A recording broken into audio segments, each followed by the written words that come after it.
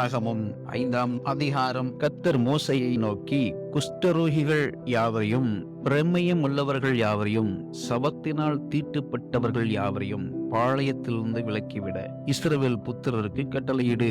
ஆண் பிள்ளையானாலும் பெண் பிள்ளையானாலும் அப்படிப்பட்டவர்களை நீங்கள் விலக்கி, நான் வாசம் பண்ணுகிற தங்கள் பாளையங்களை அவர்கள் தீட்டுப்படுத்தாதபடிக்கு நீங்கள் அவர்களை பாளையத்திற்கு புறம்பாக்கிவிடக் கடவர்கள் என்றார். கர்த்தர் மோசேக்கு சொன்னபடியே இஸ்ரவேல் புத்திரர் செய்து அவர்களை பாளையத்திற்கு புறம்பாக்கி விட்டார்கள். மேலும் கர்த்தர் மோசேயை நோக்கி, நீ இஸ்ரவேல் புத்திரரோடே சொல்ல வேண்டியது என்னவென்றால், ஒரு புருஷனானாலும் ஸ்திரீயானாலும் கர்த்தருடைய கட்டளையை மீறி மனிதர் செய்யும் பாவங்களில் யாதொரு பாவத்தை செய்து குற்றவாளியானால் அவர்கள் தாங்கள் செய்த பாவத்தை அறிக்கையிடக் கடவர்கள். அப்படிப்பட்டவன் தான் செய்த குற்றத்தின் நிமித்தம் அபராதத்தின் முதலோடு 5இல் ஒரு பங்கை அதிகமாய் கூட்டி தான் குற்றம் செய்தவனுக்கு செலுத்த கடவன்.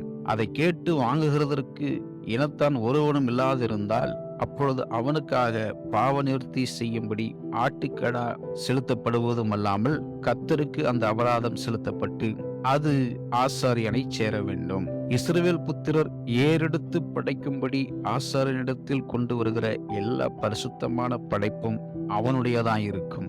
ஒவ்வொருவரும் படைக்கும் பரிசுத்தமான வஸ்துக்கள் அவனுடையதாயிருக்கும். ஒருவன் ஆசாரியனுக்கு கொடுக்கிற எதுவும் அவனுக்கே உரியது என்று சொல் என்றார். கர்த்தர் மோசேயை நோக்கி, நீ இஸ்ரவேல் புத்திரருக்கு சொல்ல வேண்டியது என்னவென்றால், ஒருவனுடைய மனைவி பிறர் முகம் பார்த்து புருஷனுக்கு துரோகம் பண்ணி ஒருவனோட சம்யோகமாய் சயனித்திருந்த விஷயத்தில் அவள் தீட்டுப்பட்டவளாயிருந்தும் அவளுடைய புருஷன் கண்களுக்கு அது மறைக்கப்பட்டு வெளிக்கு வராமல் இருக்கிற போதும், சாட்சி இல்லாமலும் அவள் கையும் களவமாய் பிடிக்கப்படாமலும் இருக்கிற போதும், எரிச்சலின் ஆவி அவன் மேல் வந்து அவனுடைய மனைவி தீட்டுப்படுத்தப்பட்ட தன் மனைவியின் மேல் குரோதம் கொண்டிருந்தாலும், அல்லது அவன் மனைவி தீட்டுப்படுத்தப்படாதிருக்க எரிச்சலின் ஆவி அவன் மேல் வந்து அவள் மேல் குரோதம் கொண்டிருந்தாலும், அந்த புருஷன் தன் மனைவியை ஆசாரியனிடத்தில் அழைத்து கொண்டு வந்து அவள் நிமித்தம் ஒரு எப்பா அளவான வார்கோதுமை மாவிலே 10இல் ஒரு பங்கை படைப்பாக கொடுக்க கடவன். அது எரிச்சலின் காணிக்கையும் கிருமத்தை நினைப்பூட்டும் காணிக்கையுமாய் இருப்பதினால் அதன் மேல் எண்ணெய் வார்க்காமலும் தூபவர்க்கம் போடாமலும் இருப்பானாக.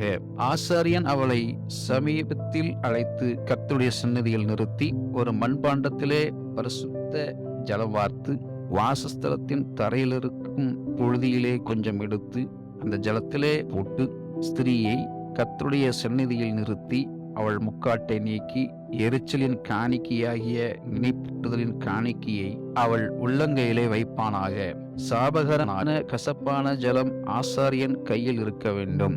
பின்பு ஆசாரியன் அவளை ஆணையிடுவித்து, ஒருவனும் உன்னோடே சயனியாமலும் உன் புருஷனுக்கு உட்பட்டிருக்கிற நீ தீட்டுப்படத்தக்கதாய் பிறர்முகம் பாராமலும் இருந்தால் சாபகரமான இந்த கசப்பான ஜலத்தின் தோஷத்துக்கு நீங்களாயிருப்பாய். உன் புருஷனுக்கு உட்பட்டிருக்கிற நீ பிறர் முகம் பார்த்து உன் புருஷனோடே அன்றி அந்நியனோடே சம்யோகமாய் சயனித்து தீட்டுப்பட்டிருப்பாயானால் கர்த்தர் உன் இடுப்பு சூம்பவும் உன் வயிறு வீங்கவும் பண்ணி உன்னை உன் ஜனங்களுக்குள்ளே சாபமும் ஆணையிடும் குறியுமாக வைப்பாராக.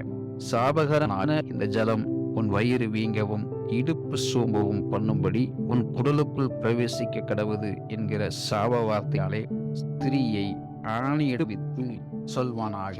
அதற்கு அந்த ஸ்திரீ ஆமேன் ஆமேன் என்று சொல்ல கடவள். பின்பு ஆசாரியன் இந்த சாப வார்த்தைகளை ஒரு சீட்டில் எழுதி அவைகளை கசப்பான ஜலத்தினால் கழுவி போட்டு சாபகரமான இந்த கசப்பான ஜலத்தை அவள் குடிக்கும்படி பண்ணுவான்.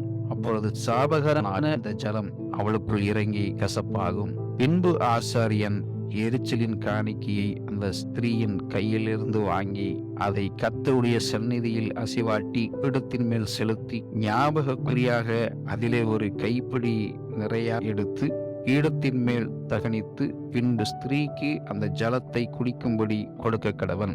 அந்த ஜலத்தை குடிக்க செய்த பின்பு சம்பவிப்பதாவது, அவள் தீட்டுப்பட்டு தன் புருஷனுக்கு துரோகம் பண்ணி இருந்தால், சாபகரமான இந்த ஜலம் அவளுக்குள் பிரவேசித்து கசப்புண்டானதினால் அவள் வயிறு வீங்கி அவள் இடுப்பு சூம்பும். இப்படியே அந்த ஸ்திரீ தன் ஜனங்களுக்குள்ளே சாபமாக இருப்பாள். அந்த ஸ்திரீ தீட்டுப்படாமல் சுத்தமாயிருந்தால் அவள் அதற்கு நீங்களாகி கற்பம் தரிக்கத்தக்கவளாயிருப்பாள். ஒரு ஸ்திரீ தன் புருஷனோடே அன்றி அந்நிய புருஷனோட சேர்ந்து தீட்டுப்பட்டதினால் உண்டான எரிச்சலுக்கும், புருஷன் மேல் எரிச்சலின் ஆவி வருகிறதினால் அவன் தன் மனைவியின் மேல் அடைந்த சமுசயத்துக்கும் அடுத்த பிரமாணம் இதுவே: அவன் கர்த்தருடைய சந்நிதியில் தன் மனைவியை நிறுத்துவானாக.